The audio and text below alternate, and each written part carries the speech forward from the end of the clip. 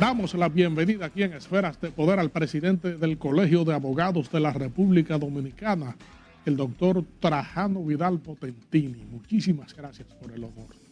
Gracias a ti, Federico, y satisfecho y contento de estar aquí porque es un espacio que siempre nos ha dado mucha distinción y una acogida muy diferente. Así que de verdad que agradecido llegar a todo este público que sigue Esfera de Poder, ya una costumbre de tantos años.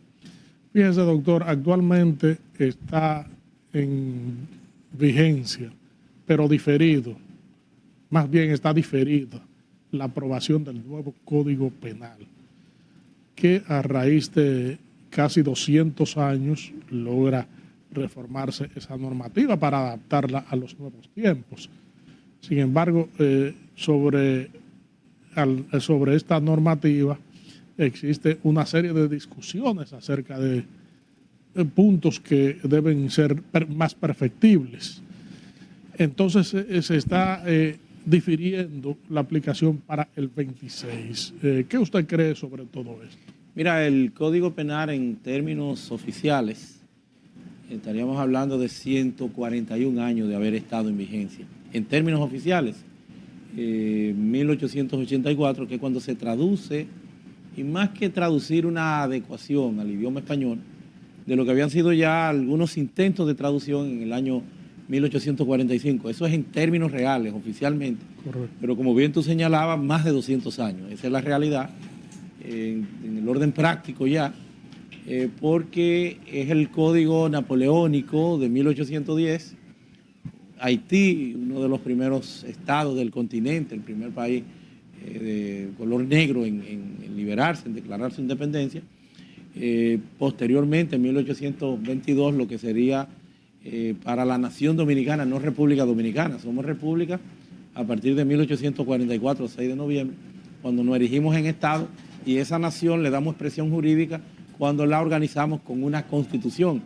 Pero desde 1822, el mismo código de factura francesa, que es el haitiano también, Código Penal, conjuntamente con otros códigos, eran los mismos que teníamos en vigencia desde 1822, aún en la preconstitución del Estado Dominicano, y durante todo ese trajinar, durante todos esos años, ese mismo código, con grandes reformas, no tan grandes, pero en el tiempo, reformas, digo no tan grandes porque tal vez la más significativa sería la 2497, en el 1997, que es que trae algunos cambios, y otras complementarias como la ley de delitos de alta tecnología y otras tantas. Son muchas las leyes y como fuente del derecho, también los cambios, mejoras y desarrollos que le sucedieron al mismo a partir de la interpretación jurisprudencial de los jueces. Eso indica que estamos hablando de un código anciano, de un código obsoleto que necesitaba indefectiblemente de una actualización armónica con las nuevas realidades, con la evolución social, con el cambio de paradigma que supone ya esa expansión, esa revolución, no solo de la tecnología, sino en esta fase de la inteligencia artificial, que parecería que nos ha llevado al futuro, que ha dado un salto, pero no nos ha llevado al futuro, no tiene en el presente. Está ahí esa inteligencia artificial con los inconvenientes de que no hay caminos recorridos, de que no hay experiencia, sino que llegó rápido y tiene un impacto descomunal. Entonces todo eso indiscutiblemente hacía un imperativo el que tuviera que haber un cambio de una normativa penal, la ley 74-25, o sea, la ley 74 del 2025, y como tú objetivamente señalabas, su entrada en vigencia está diferida para agosto del 2026, que es donde se concreta las denominadas vacaciones judiciales de un año, que eso se estila cuando se trata de una codificación para que los operadores, los actores del sistema, estén en condiciones de ir haciendo los cambios administrativos, el Poder Judicial, los fiscales, preparándose, y por qué no la población dominicana, por el impacto directo, exponencial que tiene sobre todos los estratos sociales este Código Penal, porque un código es esa caja de Pandoras que integra, recoge como sorpresa todas las maldades humanas. Un código es el colapso de cualquier, se reúne el colapso de cualquier sociedad. Hablar de feminicidio, violación sexual, tortura, secuestro, asesinato, robo, las bajas pasiones de cualquier sociedad. Ese es un código que ahora viene inflado con más de 70 nuevos delitos y peor aún con muchos tipos abiertos que darían espacio, lugar a interpretaciones para extenderse también con más delitos. Entonces ciertamente era necesario, yo decía que eso es al que le deben 65, 100 pesos y le pagan 65, tiene que coger esos 65, aprovechar esas estructuras, esos avances y seguir entonces nosotros desarrollando lo que sería ya ese levantamiento, ese diagnóstico para poner en manos del Tribunal Constitucional o del propio Congreso esos necesarios cambios. Han surgido una lluvia de críticas acerca de el código, de su composición, su estructuración, y algunos tratadistas del derecho penal incluso dicen que terminaría en el Tribunal Constitucional. ¿Cuáles son esos puntos que deben reorientarse? Ya hay algunos aspectos que no terminarían en el Tribunal Constitucional, están en el Tribunal Constitucional. Uno de ellos, que en tu condición de periodista profesional de larga data que eres, pues te atañe, te toca, te llama la atención y lo voy a resaltar. Por eso decía que un código penal es donde convergen todas las bajas pasiones de cualquier sociedad, las aberraciones más oscuras que individuo alguno pueda tener. Y por eso como hipótesis de trabajo no está entronizado, no está enfocado a resolver los problemas de la política criminal.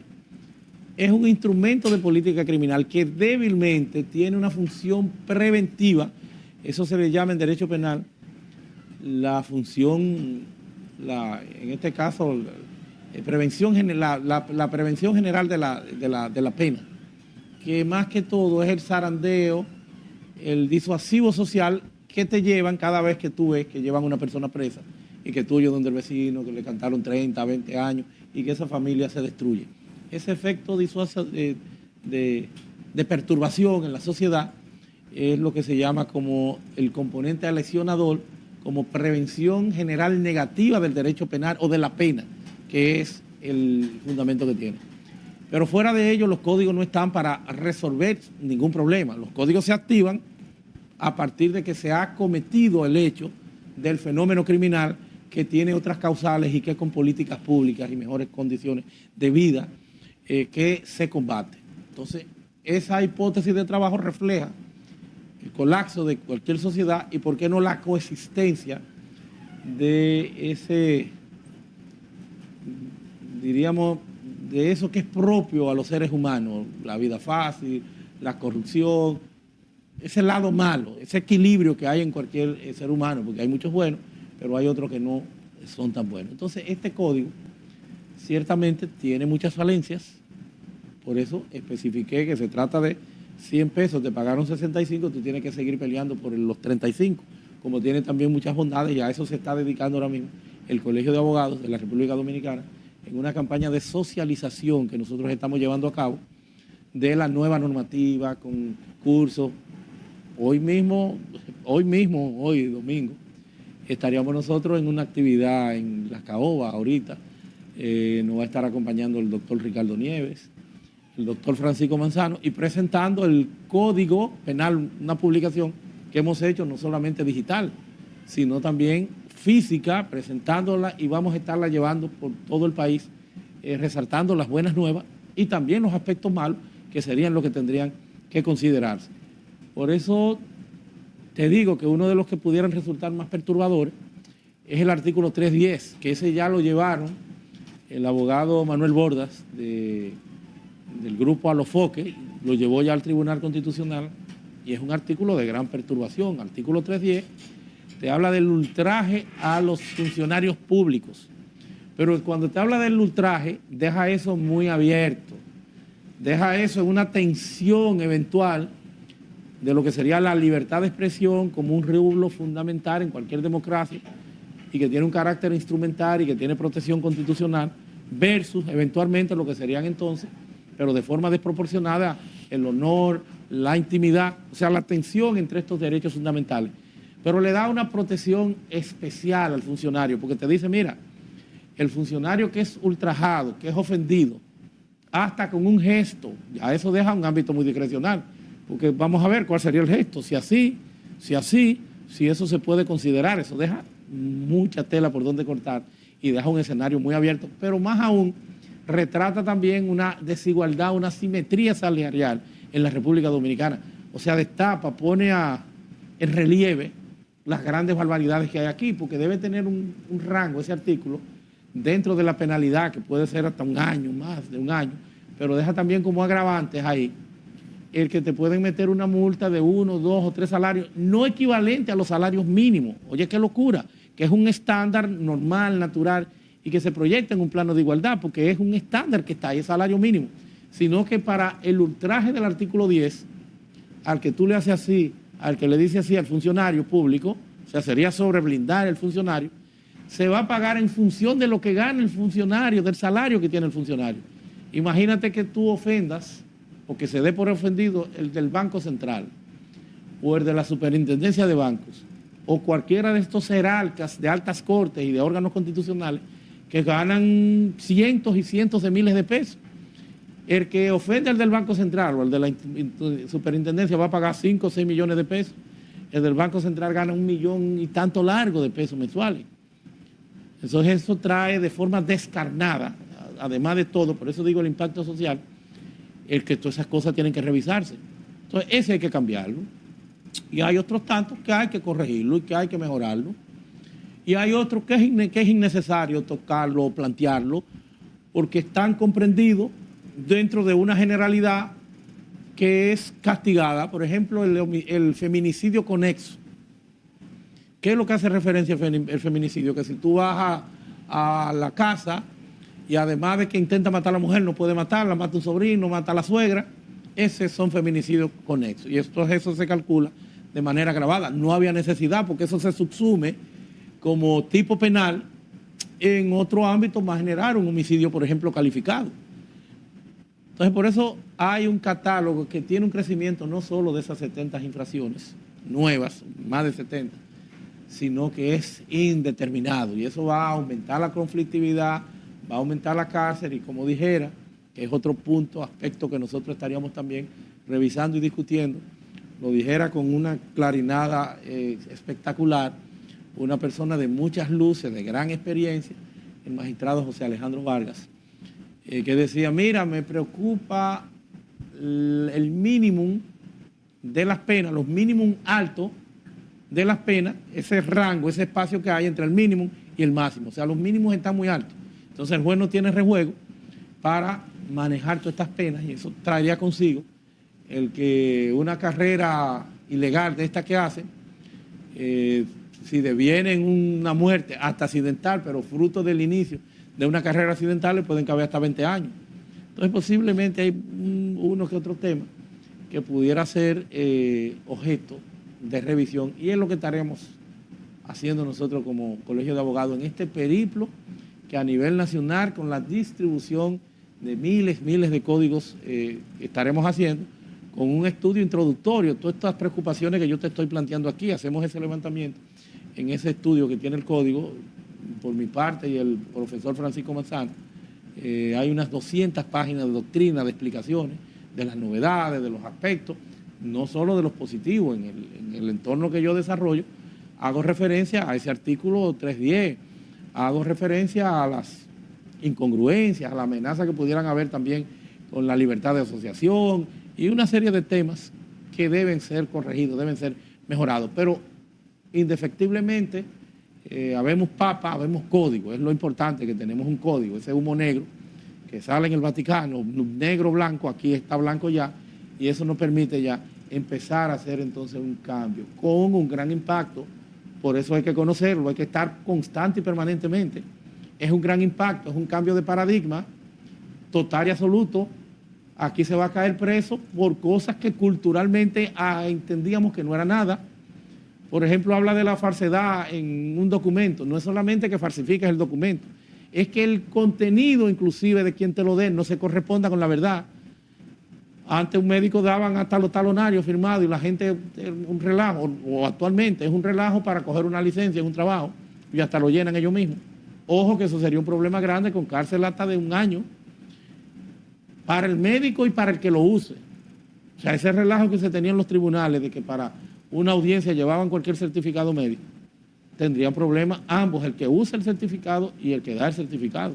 Regresamos en breve con esta interesantísima comparecencia con el presidente del Colegio de Abogados de la República Dominicana, el doctor Trajano Vidal Potentini.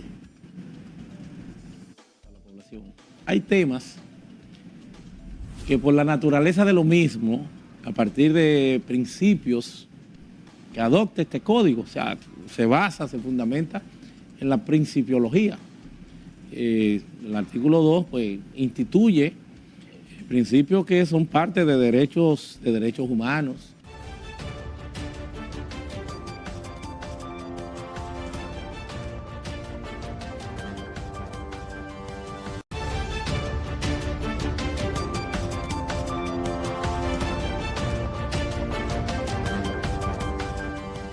Estamos conversando aquí en Esferas de Poder con el doctor Trajano Vidal Potentini, presidente del Colegio de Abogados de la República Dominicana. Doctor, entonces, frente a todas estas nuevas figuras jurídicas que trae el Código Penal, de su aplicación que ya está proyectada, de la derogación que va a quedar consumada a partir de agosto del año que viene del vetusto código vigente, ¿qué puede ajustarse de aquí a agosto del 26? Mira, tú decías algo al principio, de que la entrada en vigencia, diferida, vigente, pero diferida, y eso me trae a informar sobre una realidad, a partir de hacer acopio de la experiencia comparada de los franceses.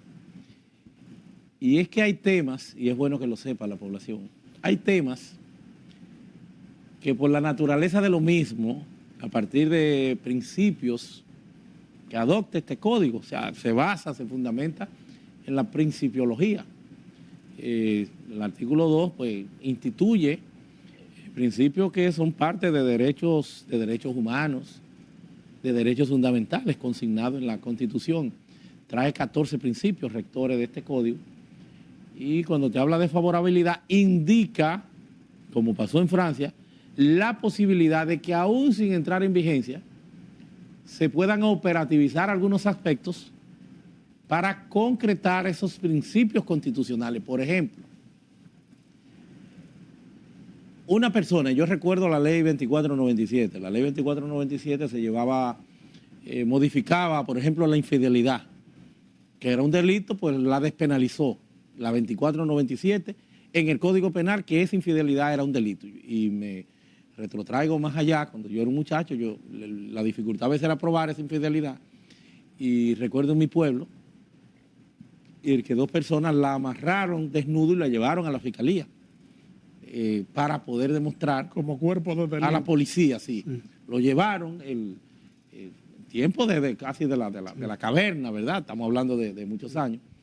Por las dificultades que había, y eso era un delito. Y más aún en la 2497, porque el código considera de que aquel que está cumpliendo condena opera como una excepción, el que está su judice y está cumpliendo condena como una excepción, operaría lo que conocemos como la irretroactividad de las leyes, si es para favorecerlo. Y esa persona, una mujer en Asua que había sido condenada por adulterio a unos 2 años, la soltaron porque le operaba la desaparición, la eliminación de esa pena en función de la nueva ley 2497 que sacaba, despenalizaba el adulterio. Tanto es así que el adulterio provocaba la posibilidad de una semi-eximente de la responsabilidad penal y se asumía como la provocación legal, y es el artículo 324 del Código Penal en aquel entonces, decía que si un hombre iba a su casa y encontraba en la cama conyugal a la mujer, o la mujer indistintamente, y le daba muerte, fuera a ese o al otro que ha encontrado en adulterio, lo que le cabían era de 6 meses a 2 años. Y aquí hay casos que se dieron así, casos incluso que sonaron, que no voy a referir porque no vendría, no vendría al interés del público que nos está siguiendo. Entonces, lo que te voy a decir es que indefectiblemente aquellas personas que pudieran haber estado condenadas por aspectos, por tipos que no estaban tipificados y que ahora son un avance, pudieran solicitar una revisión y los jueces tendrían que empezar a considerar eso en función de la aplicación de todo esto. Una de las, ahora mismo, de las virtudes o de los temas nuevos, de los tipos penales nuevos, es la estafa piramidal. Mantequilla y ese grupo que hayan sido condenados por el tema piramidal, no había un sustento, un elemento legal para condenarlo en función de un delito que no existía y ahora existe. Entonces pudieran eso, solicitar una revisión y todos esos aspectos que tengan esas características especiales le servirán a los abogados para empezar desde ya a ir solicitando revisiones de uno y otro caso. Porque los temas que impongan favorabilidad, aspectos como el que estoy planteando de retroactividad para que le sean favorables uno u otro aspecto, tienen una aplicación inmediata por tratarse de derechos fundamentales, como nos dicta la experiencia comparada de Francia y otros países. La semilibertad, doctor, el cumplimiento parcial de la pena, el principio de cúmulo de pena, la imprescriptibilidad de crímenes relacionados, por ejemplo, con el lavado de activos y otras figuras, cómo impacta en esta como nueva herramienta de represión delictiva en el país.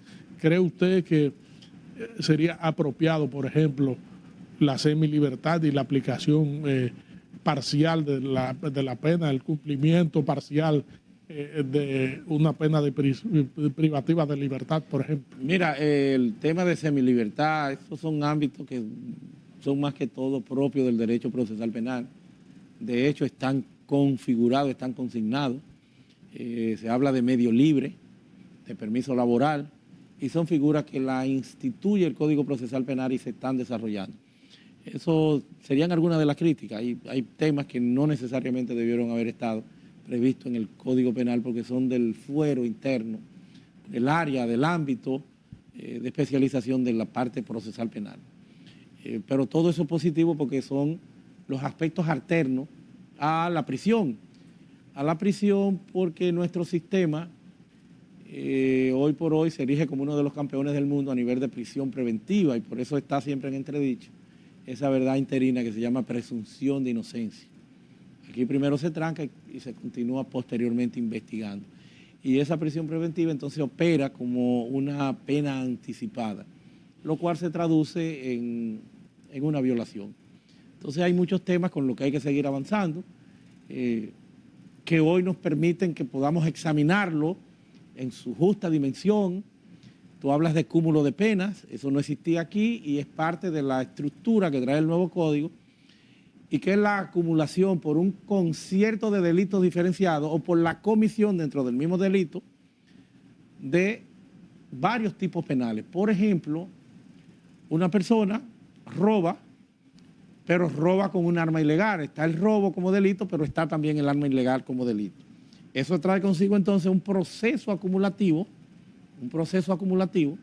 de lo que serían las penas que estén aparejadas para cada uno de esos delitos. Entonces el código proyecta como pena máxima ordinaria, normal, 40 años, pero con el cúmulo de penas, o sea, 40 años por un delito agravado, un delito como un homicidio, como un agravado con la cobertura de un asesinato. Pero fuera de esos 40 años se extiende hasta 60 años. Esa es una de las críticas de que con el cúmulo de penas ya alcanzamos los 60 años. Y digo que es una de las críticas porque la función constitucional de la pena y del sistema penitenciario es la resocialización, ¿verdad? La reivindicación de un individuo a la sociedad, sano, formado, preparado, reivindicado, sanado de esas diabluras que le impulsaron a la comisión de un delito.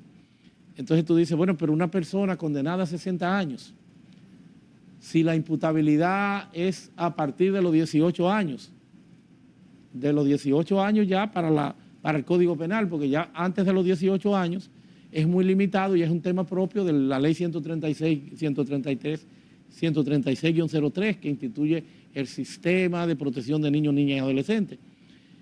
Entonces, tú buscas los últimos estudios, las expectativas de vida de los dominicanos, y es de 73 para los hombres, 73.3 y 76.2 para las mujeres.